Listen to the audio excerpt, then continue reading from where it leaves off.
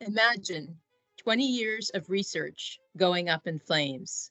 That's what happened to Pacific Southwest Research Station ecologist Eric Knapp and postdoctoral scholar Emily Brody when the Antelope Fire tore through their research plots in northeastern California in 2021.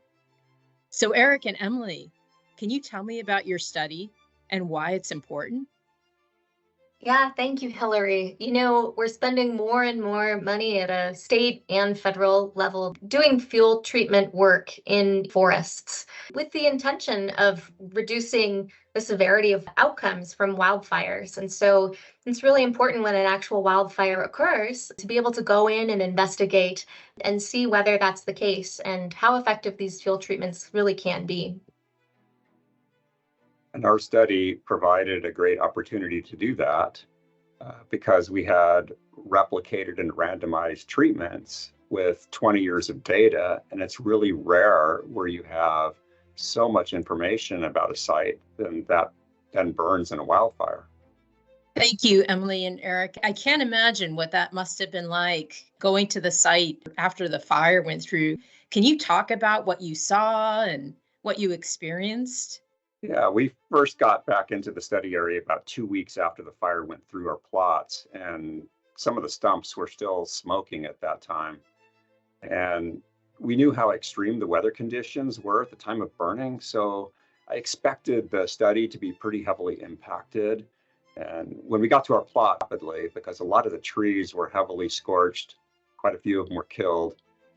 One of the things I was struck with was how variable the outcomes were.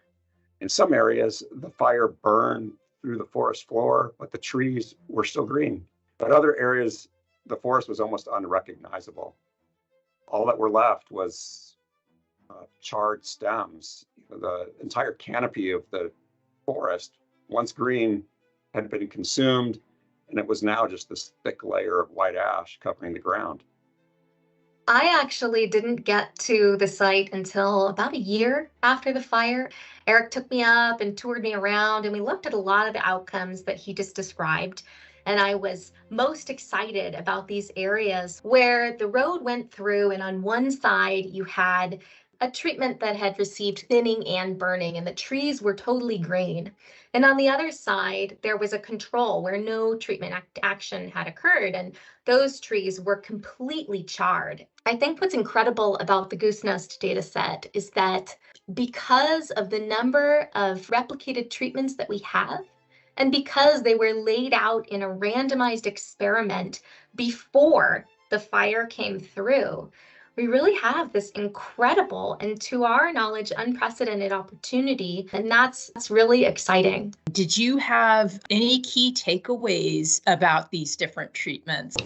The study really did confirm that field treatments work. Many of the untreated control areas experienced a crown fire, which killed every tree.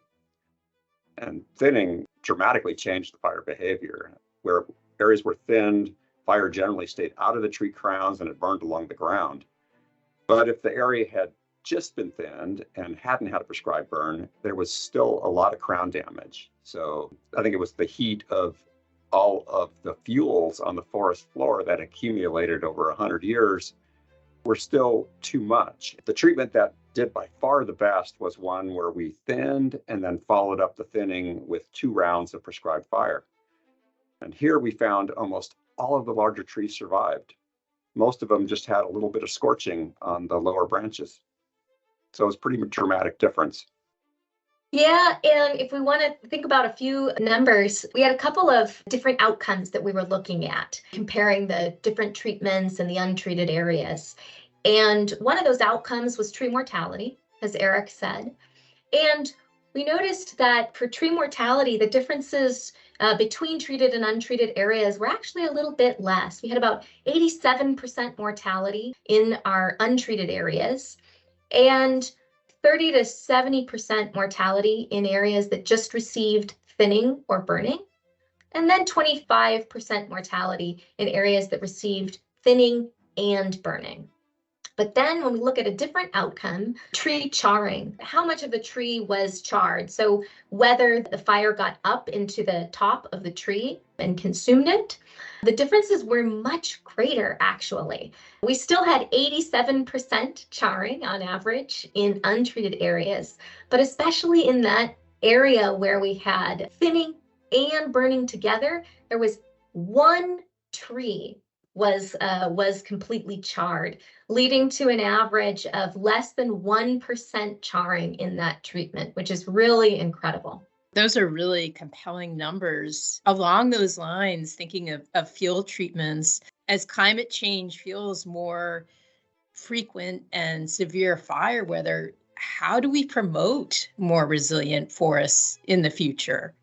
Yeah, thanks. I think that gets to the heart of what's exciting about this paper. There's a lot of worry right now that field treatments won't prove as useful as fire weather becomes more extreme with climate change, and that the impacts of field treatments will really be overwhelmed by more severe weather.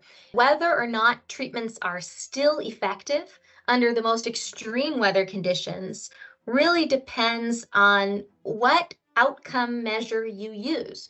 So if the outcome measure you're using is tree mortality, to look at that difference between the treated and the untreated areas, you're actually less likely to see the positive impact of treatments under the most severe weather conditions.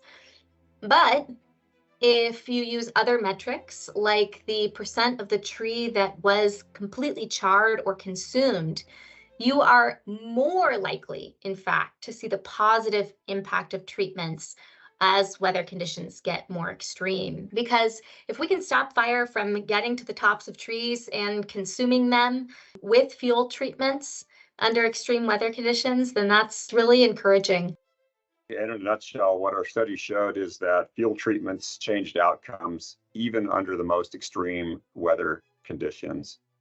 Fuels really do matter. And when the winds were the strongest and the humidity was super low, only the trees in the treated areas really had a chance. So going forward in a time of increasing fire activity, if we want forests that are resilient to these types of fires, it's going to become increasingly important to keep both the canopy fuels and the ground fuels low and keep them managed. If you're interested in learning more, go to the journal Fire Ecology and find out more about Eric and Emily's study.